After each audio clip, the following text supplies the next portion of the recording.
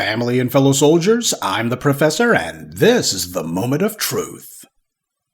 Last week we talked about the buffoonish clown Eugene Daniels and how he talks a ton but says absolutely nothing.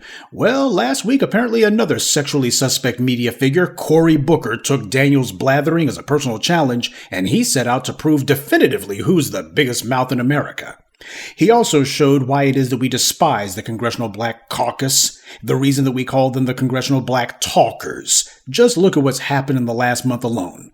Al Green disrupts an address to Congress live on air to protest Medicare cuts. Jasmine Crockett started a controversy that blew up in her face because she tried to call out the admittedly racist governor of Texas, but she didn't do it because he's a racist. She did it because she wants to show what an outrageous, sassy city girl she is. And now we have Cory the Bootlick Booker, who went before the Senate and delivered the longest wind-blown statement in senatorial history. He made some headlines for that, but simply because of the novelty of what he did, nobody can say what substance he was putting on display. This is what's been going on in the last few weeks alone, and it shows exactly why under white supremacy, black leadership has become an oxymoron. 3 Negroes in Congress, all of them make headlines, but not one of them says one word about black people. And this is who the white media calls a Congressional Black Caucus. Now, for those of you who may have missed it, last week Cory Booker went before the Senate to give the longest speech in the history of the Senate. He stood for 25 some odd hours, basically saying, I don't like Donald Trump or his policies over and over again. He didn't really say much of anything, but it appears that he had the intended effect, which apparently was to get attention for himself on social media. The New York Slime says that Cory Booker has a TikTok account, and his marathon speech got over 350 million likes. We won't ask how many of those were probably bots, but on a side note, I consider it to be perversely ironic that Booker seems to like his TikTok account so much, and that he's gotten so much value from it, especially considering that when the TikTok ban bill was before the Senate, Cory Booker voted for it. Now, of course, he had to try to cover up this hypocrisy, so he claimed that he only voted for it because it was bundled with other legislation such as the Ukraine and Israel war funding bills. As Booker put it, the TikTok bill, if it was a standalone bill, is something I would have voted against. Well, considering the fact that it wasn't a standalone bill, we'll never know now, will we? But then again, this is a man who's never done a thing for black people. I'm not sure why anyone would be surprised that he's two-faced on everything else. And of course, being part of the Congressional Black Talkers, he had to invoke another do-nothing politician, John Lewis. He said, let's get in some good trouble. Twubba, huh? What twubba? Now, when has any Democrat ever taken a position for reparations, or put their foot down and said that there must be an anti-black hate crime bill passed, or we won't allow any other business to be done in this house? See, that would be somebody who's looking to get into some good trouble. That would be somebody who's looking to give these white supremacists hell. That would be somebody who's actually taking a stand for something that actually matters. They love to use that phrase, good trouble, but all that empty phrase seems to mean is pretending to make waves when in reality they're still playing the same old game. People who try to make some fallacious false connection between these pathetic, meaningless inside the beltway gestures and the truly courageous work of the civil rights activists, that's an abomination. The civil rights movement did a lot of good things, but even Dr. King said that there were many in the movement who were merely using it as a springboard to a position of power and privilege for themselves, and it was pretty easy to see who those people were. Everybody wants to ride off the coattails of our suffering and our struggle and our virtue, because most of the fights we've waged, all these other groups were on the sidelines, or they were fighting against us. Ours is the only virtuous struggle taking place today, so of course everyone wants to try to find a way to leech off of it. Serpents in sheep's clothing. This is why delineating is so important, and stopping everybody from invoking our history is a must. Alright, so we know what Cory Booker did. The next question is, why? My personal take on this is I'm getting the same vibes that I got when Barack Obama gave his wind-blown DNC speech back in 2004, and when Kamala Harris was running for the Senate, it was pretty obvious that Obama and Kamala were both trying to position themselves for a White House run, which is exactly what they did. And when I look at Cory Booker in this stunt, this seems to be his lunk-headed, awkward attempt to try to position himself for the same thing. And why not? The Democratic field of contenders for 2028 is essentially wide open. Gavin Newsom has wrecked a lot of his would-be support. The man never had any credibility to begin with. And the only other name of note is Rahm Emanuel, who couldn't get himself elected dog catcher at this point, much less president. So in my opinion, I think Cory Booker is trying to raise his name recognition. I don't think this is a trial balloon per se, but I do think that he's flirting with the idea, and this is him trying to see how the public reacts. So far, the usual corners of support have been supportive, acting as if he did some great thing. Stunts like this make political statements, but they don't change anything, any more than Al Green's disrupting that address to Congress.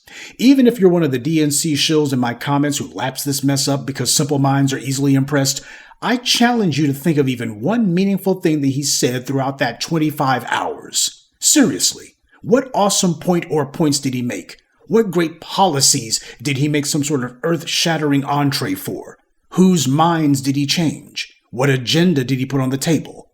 Can you name anything that he even said? Out of 25 hours, can you remember any of it? Obama and Kamala would both use the media to get some quickie headlines for themselves by starting pointless spitball fights with the Republicans during this or that Senate hearing. All of it was nothing more than PR for their own personal political ambitions. Obama did it during the Bush years and Kamala did it during Trump's first term. But it also needs to be said that during the first Trump administration, Cory Booker also tried and failed to get himself some attention during the confirmation hearings for Brett Kavanaugh.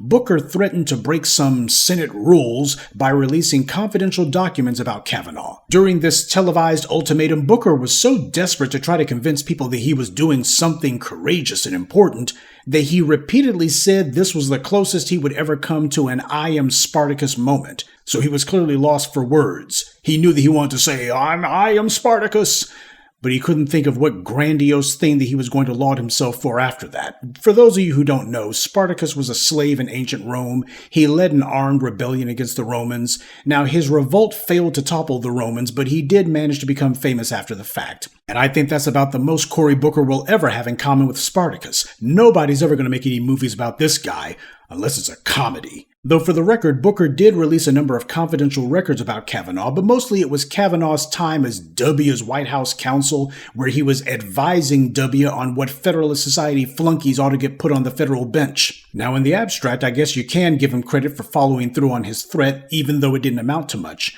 But it's far more than he ever did regarding black people. These bootlicks are always ready to jump out a window and risk it all, doing stunts for the LGBT community, doing sit-ins on the floor of the House of Representatives for illegal aliens to protect abortion, which is what the controversy about Kavanaugh was ultimately about. But when it comes to black people, crickets. Now, if Booker thought that his I am Spartacus moment was going to make him some sort of leader of the Democratic Party, he found out they had no plans for him regarding that at all.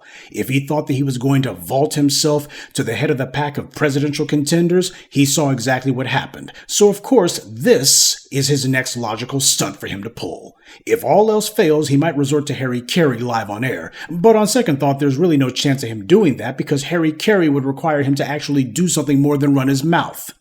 But the point of this morning's briefing is, this isn't the first time that Cory Booker's used the Senate as a platform to try to boost his own name recognition, and it won't be the last. The problem for Cory Booker is that he's awkward as hell, for a variety of reasons. He's also his own worst enemy. He's a man of many words, but no ideas. Booker doesn't have the policies or the charisma to be a serious political candidate. But that's not to say he won't keep trying, and this is supposed to be what qualifies as leadership from the Democratic Party. Republicans wanted a transformational candidate, someone who would go to extremes to try to force changes onto the national landscape. Now, you can agree with Trump or hate him. I certainly don't agree with him, but the reality is he's doing exactly what it is that his supporters wanted. He's trying to shove transformational changes onto the country over the country's objections, but he doesn't care. It's all about making sure that his base gets what they want. So why is it that you don't see the Democrats talking about how they are going to be putting forward transformational leaders? They had two transformational presidents already in the 20th century, FDR and LBJ.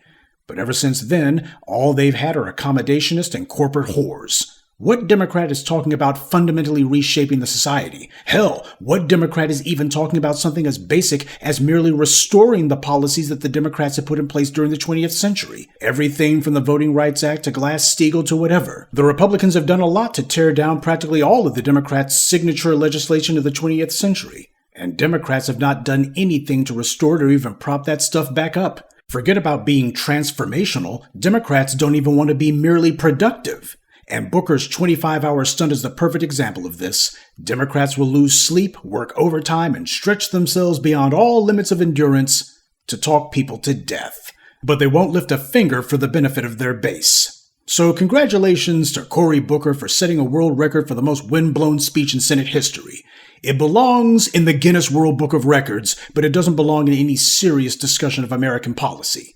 He had a chance to say some real things and actually make a statement that would be meaningful. But then again, he's been in the Senate for many years now, and if he hasn't said anything worthwhile in all this time, he ain't about to start now. Cory Booker is a typical DC tool. He didn't get the white Democrat donor money that he got or their political support because he's going to change things. He got all that money and white political support precisely because he's not going to change anything at all. Instead of whining and complaining about the orange man again, he should have used that platform as an opportunity to challenge the Democrats to actually stand on the principles that their base demands. This speech of his won't be remembered as any kind of turning point because it won't be remembered. He stood there for 25 hours and said nothing other than he really dislikes Trump's policies. And while I seriously doubt that Cory Booker will ever be remembered for anything, he certainly didn't put any legislation on the books that would be remembered, I do think that it would be poetically just if he was remembered for this.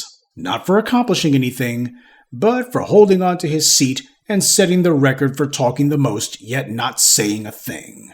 You know, when you put it that way, Cory Booker would be the perfect Democratic candidate for 2028 after all.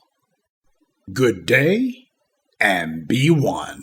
I'd like to take a moment to mention some of our contributors: Terrence Pitts, Darius Hart, Frederica Moore, ProTax Accounting, and Marilyn Pitts. Salute to them and thank you to everyone for listening, liking, and sharing this message. Black empowerment only exists because of you.